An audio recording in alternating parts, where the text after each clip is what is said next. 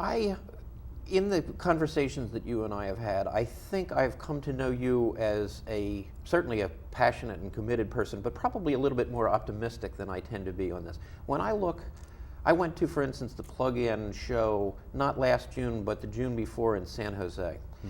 And there seemed to be a kind of pallor in the audience, in the people walking around, recognizing that, okay, we won't be driving Hummers 100 years from now. We will be making a transition. It probably will be slow. At the end of the day, the OEMs, the GMs and Toyotas and so forth will come along when they feel like doing it, and they'll do it, and they'll crush us all like grapes. Now,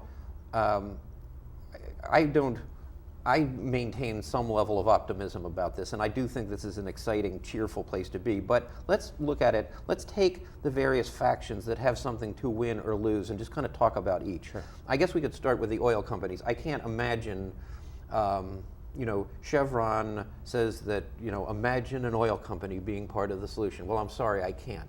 And I think that's entirely disingenuous. I think that it's framed for people who know nothing about the subject. Which is probably, unfortunately more of us than there should be. But can you think, am I right or wrong? I mean, I'm sure there are good people at Chevron and ExxonMobil and so forth, but I think that fundamentally they have an economic incentive that's so powerful that I don't anticipate any true help here, right or wrong. Well, I have very high standards as to what constitutes a good person, and I can pretty much assure you there are very few good people at Chevron or Exxon. Okay. But that said, the oil companies definitely don't want electric cars. They tried very hard. They were very effective in trying to kill it 10 years ago. However, they don't have the strength they had before, because now the car makers do want to make the cars. In the past, they were under a mandate by the state of California to make these electric cars, and they didn't like that. They didn't want to make them, and they were really upset that the state was forcing it on them.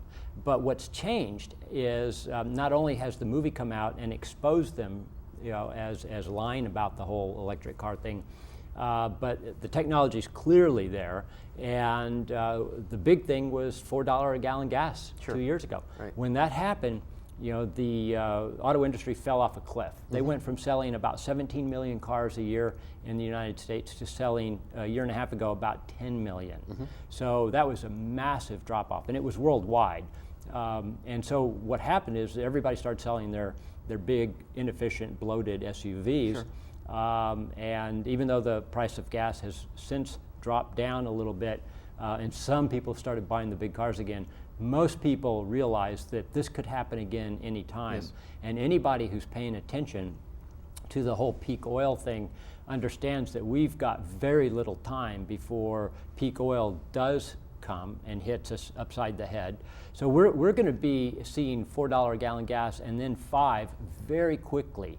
I would say within the next 3 to 4 years, and possibly even sooner. The smart people are paying attention to that, and they're chomping at the bit to get their hands on a car that runs on electricity, because they don't want to be beholden to these oil companies who can raise the price tomorrow to double, and you have no alternative. But once you have a plug-in car, you have an alternative. Yes. You plug it into your wall and you pay 10 cents a kilowatt hour, right, which is the equivalent of about 70 cents a gallon for gasoline. Yeah, it's a wonderful bargain. There's no question about it.